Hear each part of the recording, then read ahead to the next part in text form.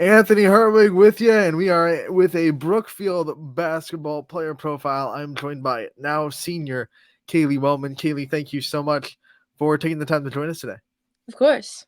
I finally got you on a player profile. I know you've been waiting for it, and here you go. This is your time to shine. First question is, of course, as a senior, what's it been like for you? Just dealing with all the emotions that come with senior year, and knowing that it's the last time you're doing it, and what has that been like for you? It honestly hasn't really hit me yet. Just like the college aspect of it has stressed me out a little bit, but the sports ending and, possibly not playing that sport again, that's been a little bit stressful. I mean, you went through your volleyball season. It was the last volleyball season. Did that help you kind of put in perspective what basketball was going to be like? Actually, yeah, I did. I mean, I thought a lot about my senior seasons and all of my sports just because everything was going to be so new. We had a huge senior class in all of my sports. So I knew it was going to be a bit different. And I was getting new coaches in all of them too. So I knew it was going to be different. And yeah, definitely thought about that.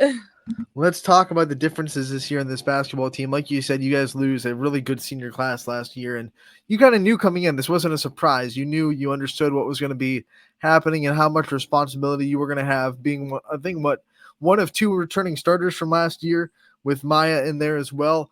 What was it like to just prepare for this season and know that there was going to be a lot asked of you, and you were going to have to be a captain and be a leader throughout the whole season?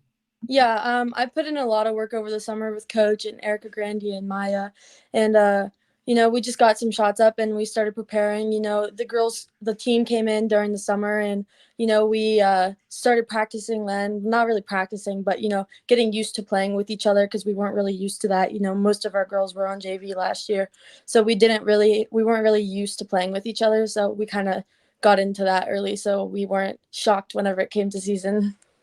How have you kind of tempered expectations? I guess I should say. This is a team that has grown every day. They've gotten better every day. But I think everyone knew you weren't going to come out and win the first 10 games. It was going to take time to really gather yourselves and to learn the game. And like you said, a lot of these girls, JV last year, trying to learn the varsity speed. But I saw you last week, and I saw you at the beginning of the season, and the growth is really apparent in this team. What has it been like going through it and just trying to stay positive and keep helping the younger people of the program grow? Coach Kilborn obviously put in a lot of work with the team. He's been very committed to making us better and helping us get better as a team. And, it's obviously shown that it's working. Just me, Maya, and Erica stepping up and, helping the girls. And we've had Coach Harbison come in and help us with workouts and stuff like that. And Coach Kenny came in and he would talk to us and help us get used to each other and give us some tips that maybe Coach Kilborn didn't know and stuff like that. So Talk about you as a leader and kind of what are the responsibilities you took this year and how it's been for you mentally trying to take that next leadership role. yeah, so like in super stressful moments like at Liberty the other night or at Maple against Maplewood yesterday, whenever we're in foul trouble and the girls not like talking about the fouls not being there, or super just overwhelming moments that the girls aren't used to because they never had that experience last year at JV. So just stepping up and trying to calm everybody down and keep everybody focused and keep their head in the game. Now we talk about the things that you've already accomplished. You talk about this year. You look at your stats. You're averaging a double double. I don't know if you knew that, but 15 points, 13 rebounds. I mean, it's pretty remarkable considering you averaged a double double last year too. What works so well? What makes you have so much success? I just really like the look of it. I like that I get to say I average a double double my junior and my senior year. I like to say that I average almost 14 rebounds per game. So it's just super important to me to know you keep that stat going and keep up the work because I like how it looks. I like that it makes me look like a hard worker and that I can fight in the paint even though I'm not 6 foot tall and super strong. I just like that I'm able to say that. All right, so you're not 6 foot tall. You're pretty dang close. You're not super strong like you said, but you're built. When you think of the work ethic that it's taken to become a good rebounder and the things that you've had to do and the techniques you've had to really master, talk about the work you've put in and how proud you are that you've gotten to where you are now. Yeah, actually, my sophomore year, I put in a lot of work with my uncle. My uncle, he's a bigger guy, but he played point guard his high school year, so he's helped me a lot in the post. And Coach Forsyth helped me a lot last year and previous years in putting in work in the post because he told me I'd have to take on that role with my height because Brookfield doesn't have a lot of height, so I have been the tallest girl for a couple years. So I knew that I have to put in that role of being a post player, and my coaches just always helping me and putting me in the post and practicing post moves and getting bodies and rebounds and stuff like that. We know that no one can coach work ethic. It is something that is in a player that says, I want to work hard for this. I want to make myself better. That sophomore year, when you decided that you were going to really put in the time and the effort to become a good rebounder, what were some of the driving forces that made you want to get into the gym every day and work hard? Yeah, also going right back to my uncle, he had two 20-point, 20 rebound games his senior year. And, I wanted to have that. That's super huge to have 20 points and 20 rebounds. So I wanted to do that. And I wanted to be able to accomplish that by my senior year. And I had won 28 points, 20 rebound games. And, I was super proud of that. But I knew that my sophomore year, I was going to have to put in a lot of work to get there because, not only are the girls going to get better, but I need to get better and I need to get stronger to be able to do that. So, When you graduate and you look back on all the accomplishments that the hard work that we're talking about has given you, what are going to be some of your proudest accomplishments that you've had with Brookfield? yeah, definitely my stats. That's for sure. Saying I averaged a double double 2 years in high school is huge to me. I'm definitely gonna look back on that and be like, "Yep, I had 15 points and 13 rebounds my senior year. I averaged that. That'll be huge for me." And then saying like the past year's experiences that I've had with the seniors last year and going to districts 2 years, even though we didn't win. It was like a super proud moment where we knew we worked really hard to get there, and it was a huge accomplishment for us. One of the things that defines how good a senior is what how they leave the program when they graduate. And I want to talk about the next leaders, or the people that you're growing, and the people that you're taking under your wing this year. Who are some players that you already see halfway through the season, they're starting to sharpen their leadership teeth, and you kind of think next year when you graduate, they're going to be the ones that step up and lead this program? Yeah, obviously Maya Jumper, she's gonna be a huge leader. She already is. She stepped into those footsteps a while ago. She's really good at that. She's a confident girl. She's strong. She knows what she's doing. She has a very high IQ in basketball. Maddie Fisher, she's gonna be good, with leading. She's already there too. Also, you haven't really seen it yet because you still have us, but she's definitely stepped into those leadership roles also. Now we're talking about leadership and your leadership, but someone had to teach you how to lead. Who are some seniors of the past that really took you under their wing and taught you how to be a good leader? Yeah, definitely Sophia Hook. I mean, I'm pretty sure everyone saw that coming. Sophia Hook was a great leader. She was so inspirational towards me. Like, I really looked up to her. I wanted to be like her. I wanted to play as hard as her, be able to hit shots like that, and just really help the team. She's helped us so much. And even though, like, she's in college now, she still helped us so much. She came to one of our games, and we were all, like, super excited. We wanted to have a good game because we wanted her to see that, we took into her steps and watched what she did and played how she would want us to play. I don't think you're alone in having Sophia, someone that made the impact in their basketball career or wanted to be emulate their game towards Sophia Hook. Next year, when we're doing a Brookfield player profile, we ask maybe Maya Jumper or maybe some of the other leaders of the team what kind of impact being your teammate had on them. What would you hope their answer would be? I would definitely say the amount of effort I put in at the post and help trying to keep girls off the boards and not let them get so many layups or offensive rebounds. And also I want them to just like take into account that I really care for the team and I really want them to do good and I really want us to succeed. You're a student athlete. Student comes first in that word for a reason. We have to talk about your studious work. What kind of things do you like learning about in school? What are some of your favorite subjects?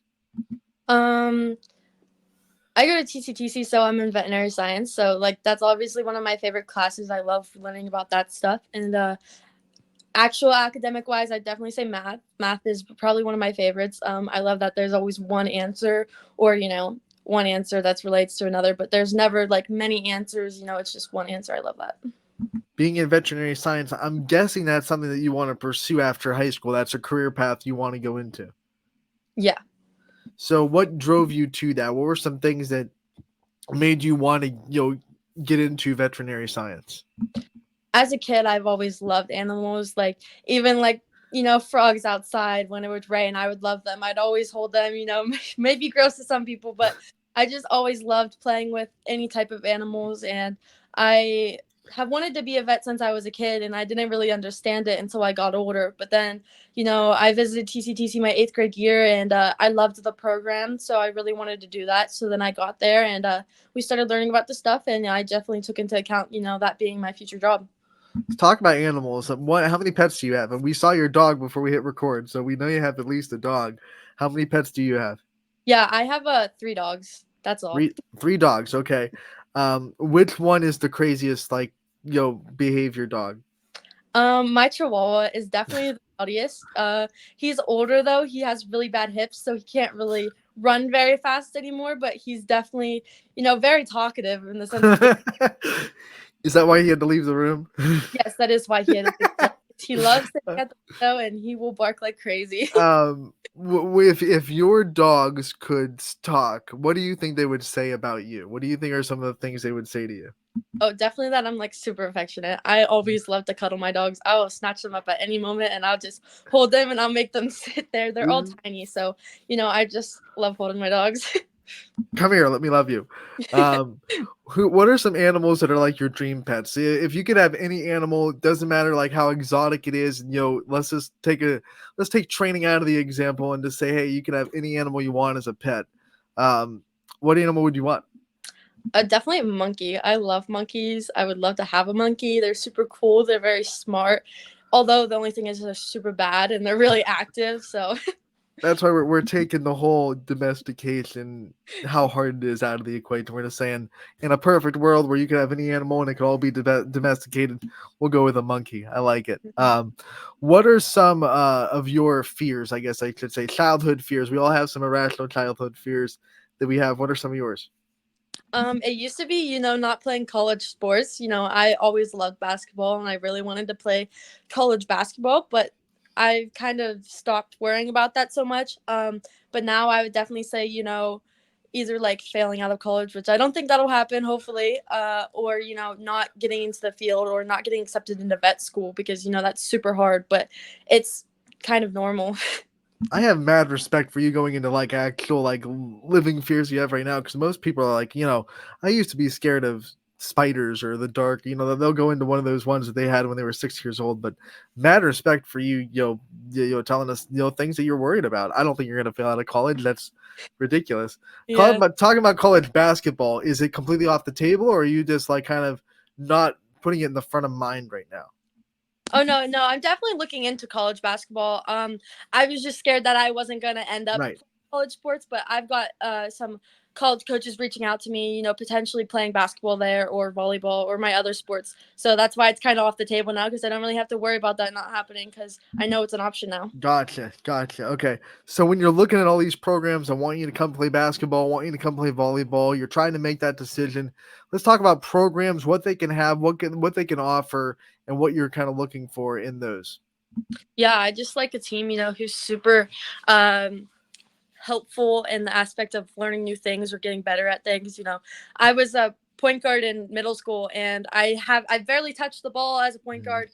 Previous years, but today my senior year, I've kind of stepped into that room more. So just colleges that are going to help me learn the new roles better and be super supportive and just not give up on me whenever I'm trying to learn how to be a better shooter. You looking to travel away from home a little bit, or do you want to stay pretty close? I don't want to go too far, but I don't want to be too close. Also, Right, that perfect in between, right? yeah. So that does mean you're going to live, out of the home on campus. I'm assuming wherever you do decide to go. What kind of things make you kind of nervous about not having the comforts of home anymore? Definitely money. That's a problem nowadays. I want to be able to, not have to worry about as a college student. that kind of stuff. So hopefully that's not a problem. But being away from home is also going to be a huge thing. I've obviously always lived with my parents, and I've always had my parents to help me, like no matter what. My grandparents have always been there to support me too. So not having that as close to me as I have my whole entire life is just going to be a huge difference. All right, last question. What is one home cooked meal that you're going to miss the most when you're in college? I'm not a super big eater, so I don't really have that favorite kind of meals, but my mom makes beef tips and noodles and I love it. Like it's so good. I'm definitely gonna miss that, but I'm sure she'll make it for I was going to say you better pick something. me. Or your Yeah, mom's going to see this and be like, well, we're not cooking for you anymore. all aware.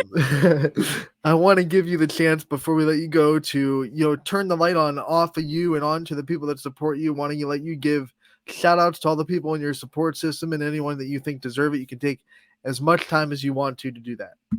Yeah, so basketball kind of started off with my dad. My dad started coaching me in like third grade, and he's been there through every step of the way. He pushes me, he talks to me at every game, he talks to me before every game to make sure I'm pumped up and ready to go.